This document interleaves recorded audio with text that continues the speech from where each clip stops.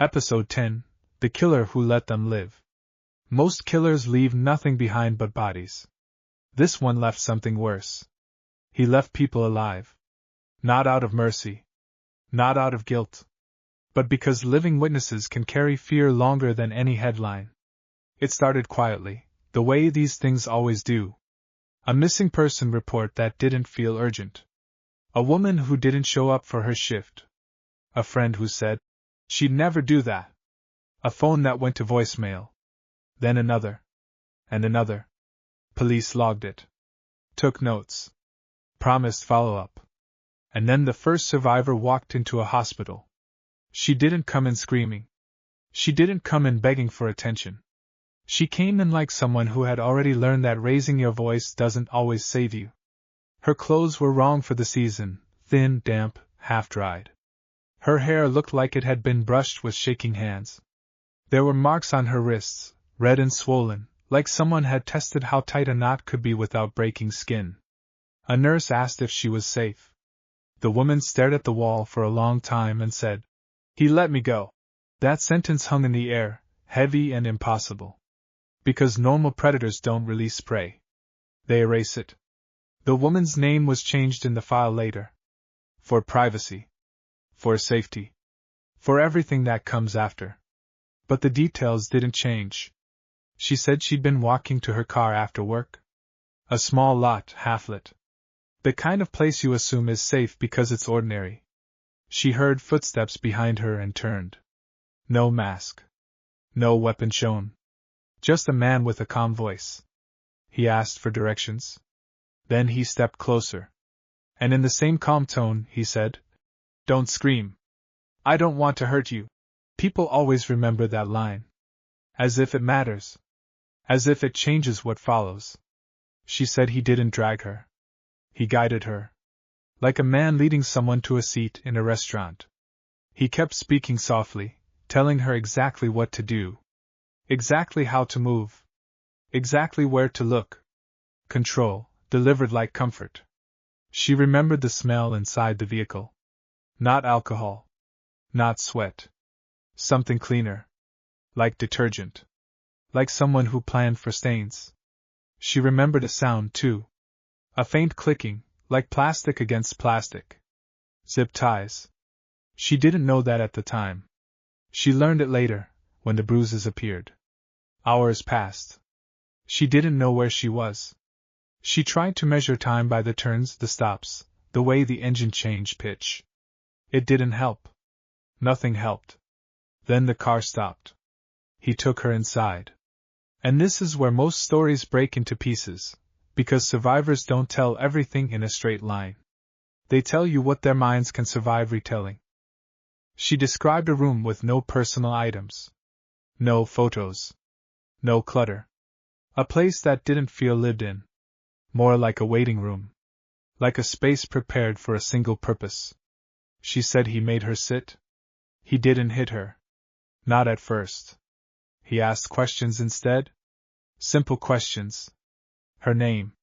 Her age. Where she worked. If anyone was expecting her. Then the questions turned. How long would it take them to notice you're gone? What would they tell themselves to feel better? Who would they blame? She said he smiled when she hesitated.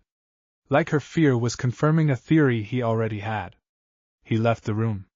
Came back with water. Set it down gently. Told her to drink. And then he said the sentence that would later become the pattern. "I'm going to let you go. But you have to tell the truth when you get home." She didn't understand. Her throat was too tight for questions. He leaned in, close enough that she could smell his breath. Not beer. Not smoke. Just normal. And he said, "You'll tell them what I want them to hear. Or I'll find you again." Then he showed her something. A folder. Printed pages. Photos. Her apartment building. Her car. Her front door. A picture taken from across the street, through the glass, of her sitting inside. She didn't even remember that moment. She hadn't known she was being watched. Her body went cold in a way she couldn't control. He didn't need a weapon after that. He drove her to the edge of town just before sunrise, stopped near a gas station, and opened the door. "Walk in," he said. "Tell them you ran. Tell them you were ashamed. Tell them you didn't want anyone to look." She stepped out on shaking legs. And he drove away. When police took her statement, they treated her like a miracle. A solved case. A good ending. But she kept repeating one thing, quietly, like a prayer she didn't believe in. "He let me go." They searched. They checked cameras. They pulled phone records. They looked for the vehicle. And then it happened again. A second woman vanished. Different neighborhood. Different routine. Same quiet disappearance. When the report came in, someone at the station remembered the first survivor and felt a sting of recognition. Because this wasn't random. This was rehearsed.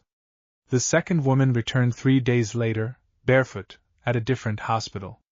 The nurse who admitted her said she looked like someone who had been held underwater and taught to breathe anyway. Same wrist marks. Same blank stare. Same sentence. "He let me go." When detectives compared the statements, they found the parts that matched too well to ignore. The questions. The calm voice. The truth he demanded they tell. And most of all, the proof he showed them. The folder. The surveillance photos. The message, "I know you. I own the version of you that people will believe." He wasn't just kidnapping them. He was rewriting them. Making them complicit in their own disappearance. So the community could whisper. Maybe she wanted it. So friends could argue. She always had issues. So police could waste time chasing the wrong story. That was the cruelty. Not the room. Not the restraints. Not even the threats. The cruelty was that he weaponized how people talk. By the third victim, the city was paying attention. The news ran a short piece. A reporter stood under a streetlight and said words like pattern, and predator, and public safety. And then the fourth victim vanished. But this time, she didn't wait for rescue. She did something none of the others had done. She fought in silence. Not with fists. With observation. Because when you can't overpower someone, you study them. She watched his hands. She watched what he touched. What he avoided. How he moved in the room. Where he placed the water glass. Where he stood when he thought she wasn't looking. He asked his questions. He smiled the same way.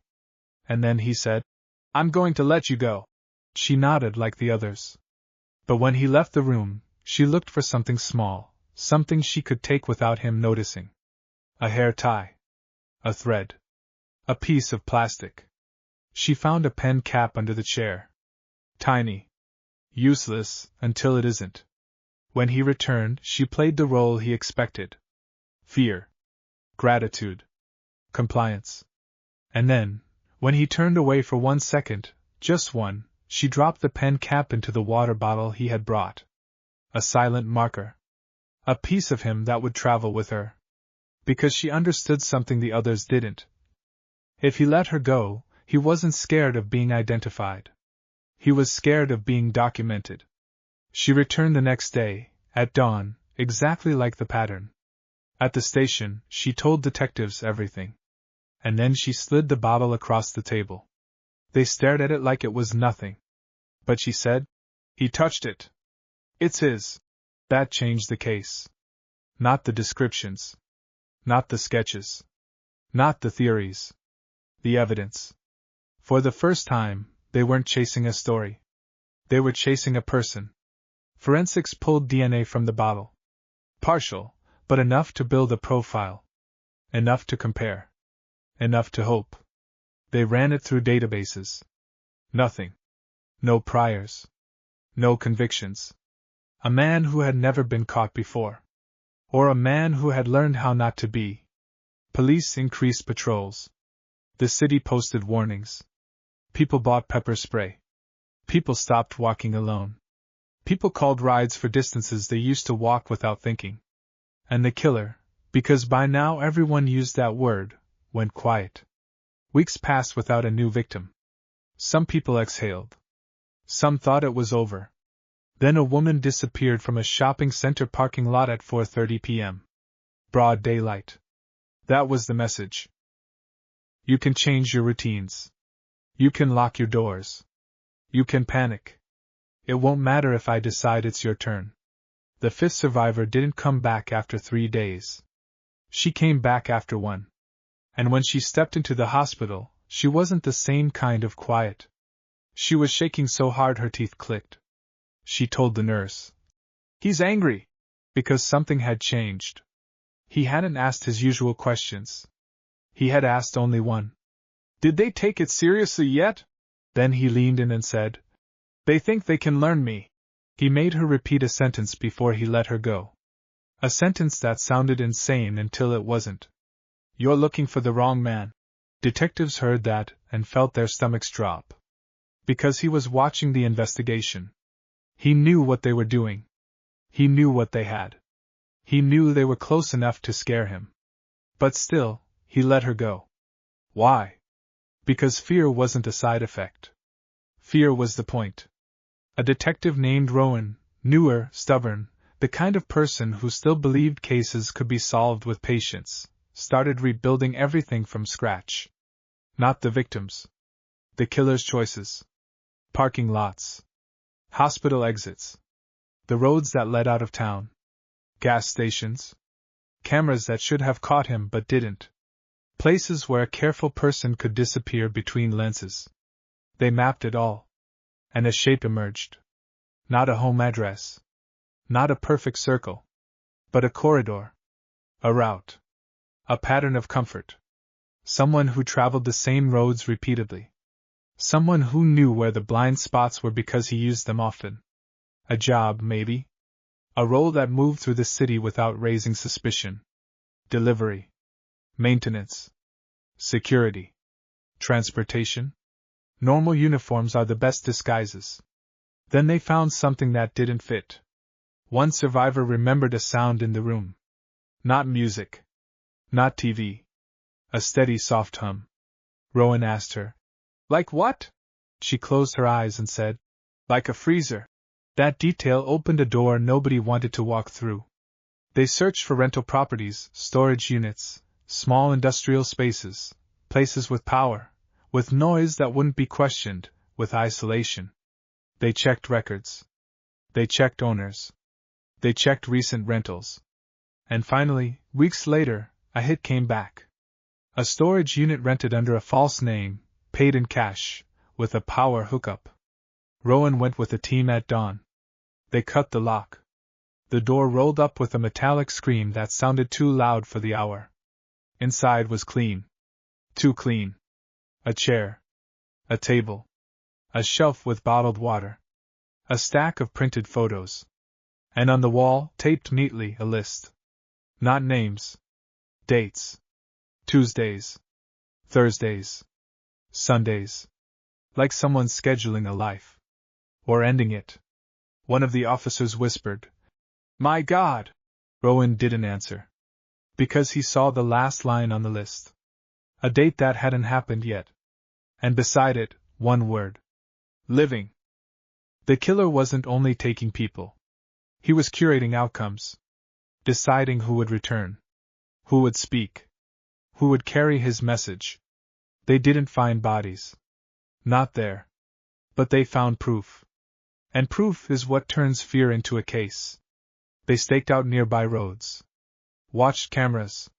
Waited. 2 nights later, a van pulled in. A man stepped out, alone, wearing a reflective vest. He looked ordinary. That's the worst part. When police moved, he didn't run at first. He froze.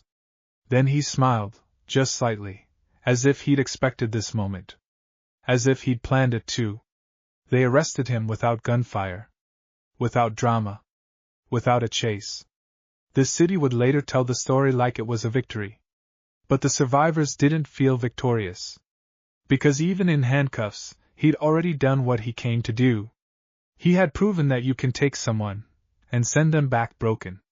In the interviews, he said almost nothing. No confession. No grand speech. No explanation. But one officer reported a sentence he spoke quietly as he was led down a hallway. Not to the cameras.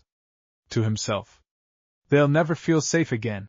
Maybe that was the confession. The trial would come later. The evidence would pile up. The system would do what it does, slowly, publicly, with paperwork and procedure. And for once, the right man would sit at the table.